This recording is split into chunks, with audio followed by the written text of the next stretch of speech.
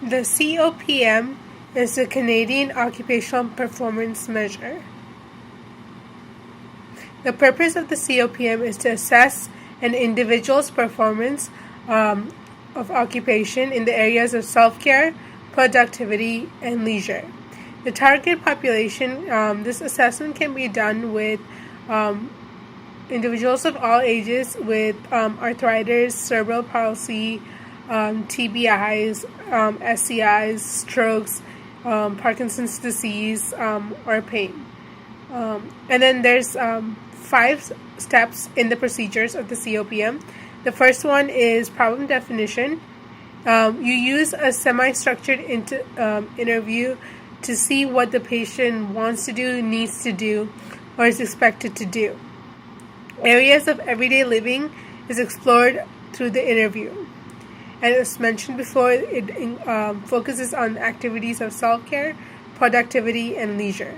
And then at step 2, after listing all of the problems, you rate their importance on a scale of 1 to 10, 10 being the most important, and the 2 being the 1 being the least important. And then you select the problems for scoring. In the third step, they choose up to 5 of the most important problems that are identified, and this is where you identify what intervention goals you can do with the client. And then after scoring the problems or selecting the problems, you score their performance and the satisfaction. So it is also again on a scale of 1 to 10, 10 being the most satisfied in their performance, and 1 indicates poor performance and low satisfaction. And then you have client reassessment after the intervention. You use the same 5 problems or problems that the client established that they wanted to work on, and then you reassess their satisfaction and their performance on that. This Copm scoring, again, you have 2 scorings, one at the initial evaluation or initial assessment.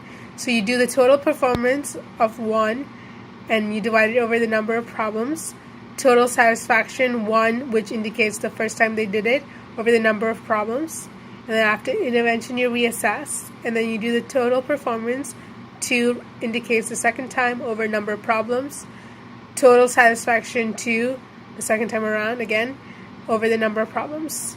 The interpretation means a change in performance and satisfaction is done by the reassessed score minus the performance score. The reliability, there's excellent intra and inter-rater reliability and excellent test-retest due to standardization. The phase validity is not established, but there is excellent content criterion and construct validity. And that is it. Thank you.